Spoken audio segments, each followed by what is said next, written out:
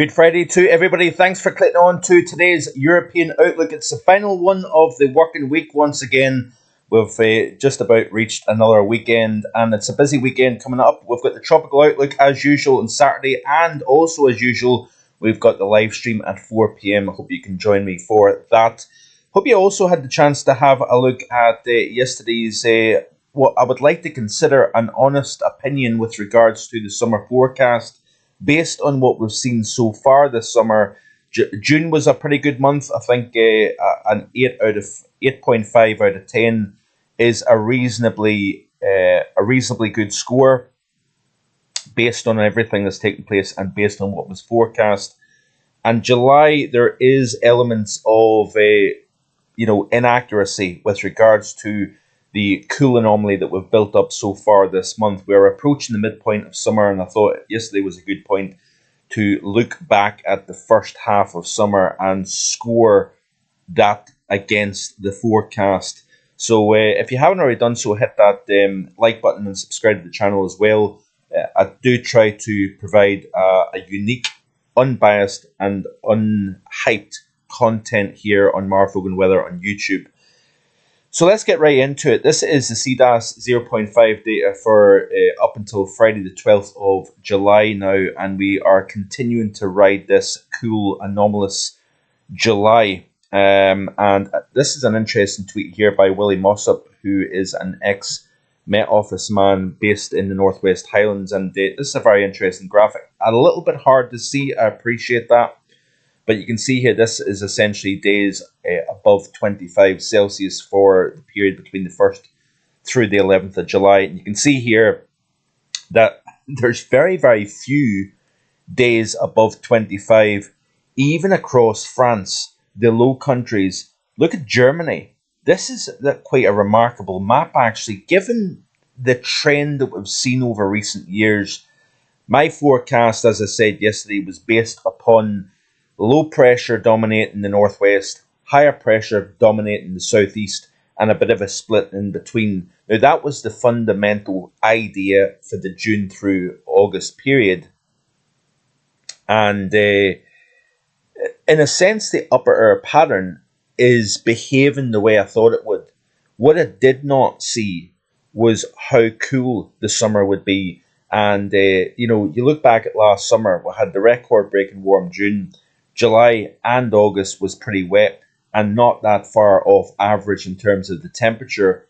That being said, the warmer than average waters is what drove, I think, the warm summer overall. And it was a top 10 warm summer last year, despite what was taking place with regards to the amount of rain we've seen, the amount of low pressure dominance. And I kind of thought that we would see a similar type of summer this year, if I'm being quite honest with you, with back and forth in the northwest. And where we've got the driest conditions, you would see the hottest conditions for the summer overall. And essentially that is what's happening. We're seeing that taking place here. And this chart here of 25 Celsius plus days can be seen quite clearly here.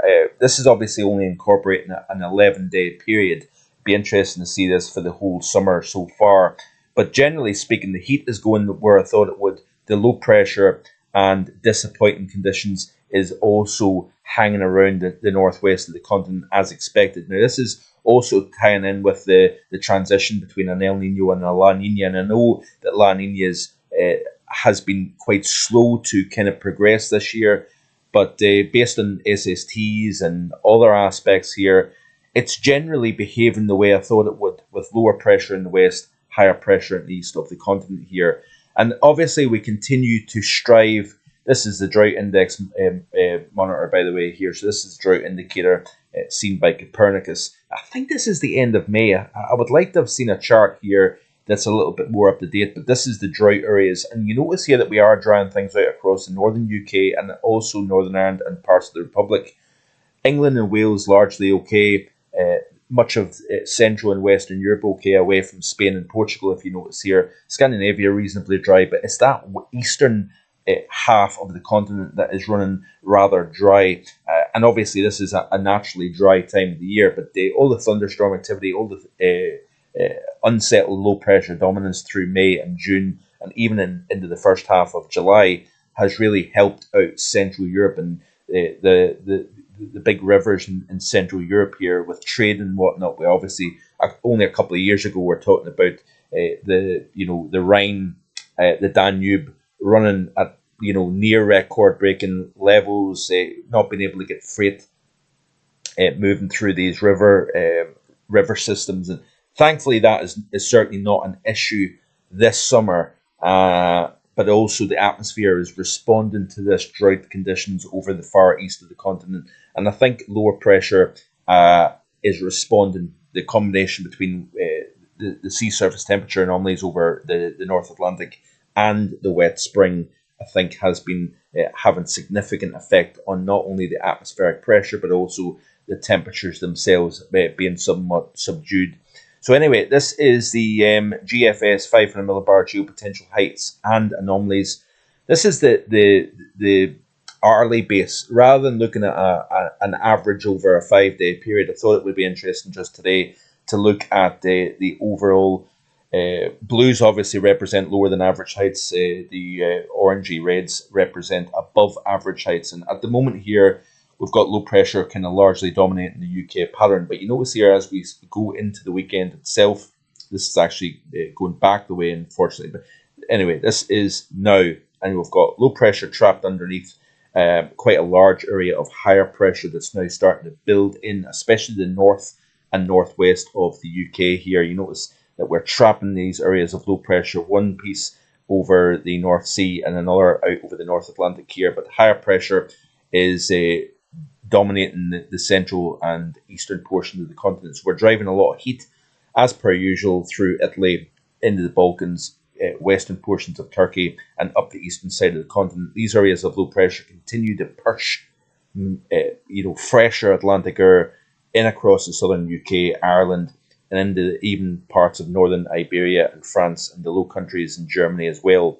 As we continue to play through the course of the weekend here, you notice here that low pressure is largely holding on to the pattern, but with this high to the north, we're feeding in a northeasterly flow, so it's essentially keeping the temperatures subdued for the time of the year. Now, how many times have I said that this year so far? And then as we move into early next week here, you notice that high kind of pushes away to the north and to the east, still staying warm than average, hot across eastern areas, southern areas of the continent, still low pressure pushing in from the Atlantic into the UK here. But what we are going to start to see is with the low pulling slightly to the west of the UK and Ireland, and that high kind of slipping further west. As this low pulls away, we obviously have this higher pressure over the continent pushing westwards to replace the gap. And therefore, we do have more of an opportunity as we progress through the middle and second half of next week. I've said this about this week, and unfortunately that's been pushed back. So if you look back at last week, I was talking about how we should warm things up. That has to an extent happened, but not really anything to write home about. If you're lucky, we're talking about average temperatures. The average in the UK now is 18 in the north, 24 Celsius in the south. We're approaching the climatological peak of warmth during the course of the calendar year, and we're having a hard time reaching average. And are we going to see anything really fundamentally different over the next couple of weeks? I don't really see that. I said that in yesterday's video. I've said that in quite a lot of content recently. But you notice here, this position, this is important. This is the Thursday of next week, 18th of July. We've got low pressure to the west, higher pressure to the east, southerly flow. We may have an opportunity to try and get above average in terms of the temperature anomaly here. And then as we continue to play through, you notice here that area of low pressure kind of then swings its way across the UK and Ireland here, then all the way, right the way through towards the end of the month. You see here that we're struggling to get higher pressure into the pattern here. But notice here, right at the very end, Sunday the 28th of July, the model, long way off, this will chop and change. We know that. GFS ensemble is indicating that we're trying to at least exert some higher pressure influence on the UK pattern here, but that remains very much to be seen. Let's also look at the hourly increments here of the same model, the GFS ensemble, and this is the anomaly here. So we've got obviously the heat across the east of the continent, we've got the cool across the west here.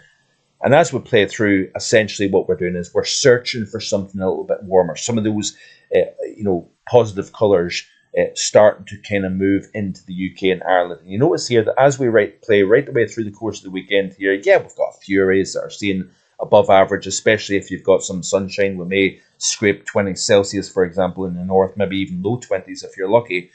Further south here, again, it's hard to get real warmth. By the time we reach Monday, 18Z, looks as if it's not too bad. We're getting a little bit of warmth during the course of the day in those sunny spells. But you notice something here.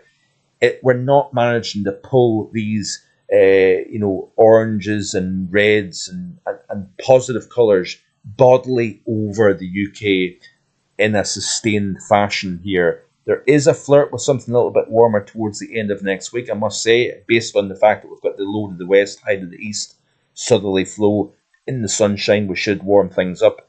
But again, this is Friday of next week here, and we're holding on to that cool anomaly. And therefore, you would say to yourself, are we actually going to get any decent warmth during the course of July here? 0.4 Celsius below average in June. And this is obviously what we're looking at so far for July.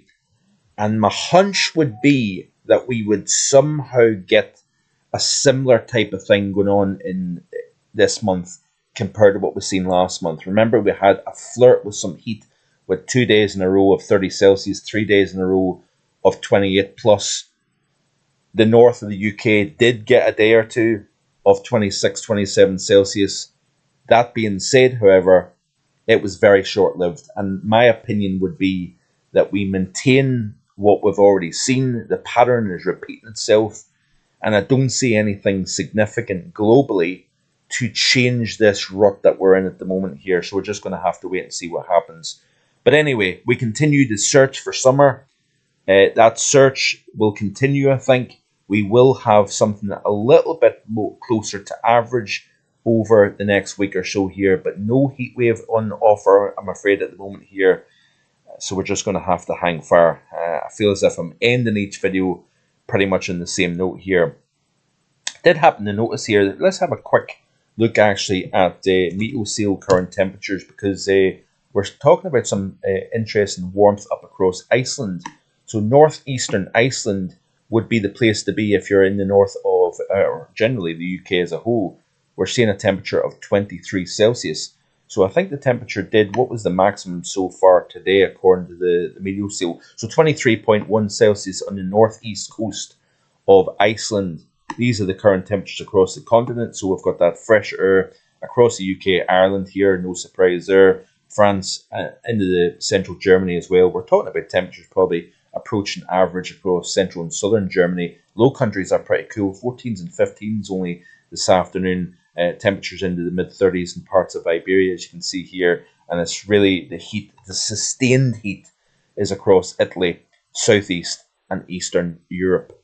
Looking finally at the UK specifically, and you can see here that we are looking at only 13 to 16 across the north. And generally speaking, 13s and 14s, only 12 Celsius in the Norfolk coast. Decidedly chilly day for sure. And even struggling to hit 20 Celsius across the south of the UK this afternoon, keeping in mind that the average is 24 Celsius. Let's have a very quick look at the air mass of the 850s ECMWF, and you can see here as we play through the loop, there is a slight flirt. There's that high to the north of the UK here. There's some warmer air. That's probably why we're seeing 23 on the northeast coast of Iceland this afternoon. There is a little flirt to the north with warmer air at 850 here, but generally speaking, there's your jet stream. Separate the cool versus the warm. And as we continue to play through that jet, running to the south of the UK, up this spine of Europe here, we're going to see more thunderstorms, more flooding, more issues in the central swathe of the continent here. But notice here as we play right the way through the course of next week, it looks as if that warmth is flirting with the south of the UK towards the end of next week here. But generally speaking, that heat stays south of the UK. Looking at the GFS, and you can see here the same idea. There's that warmth associated with the high to the north here. Never really sees that warmth moving across the UK and Ireland here. then as we play through the course of late next week here, we're still in fresher, below average air across the UK. Right at the very end, you notice here towards the final week of July here, we're flirting with something a little bit warmer, but we'll wait and see what happens. Look at how warm Eastern Europe is at this stage, according to the GFS anyway. So let's wait and see what happens. Like, share, and subscribe, and I'll see you with the Tropical Outlook tomorrow, and hopefully I'll see you on Sunday with the 4 p.m. live stream as usual, looking at all things global. Bye for now.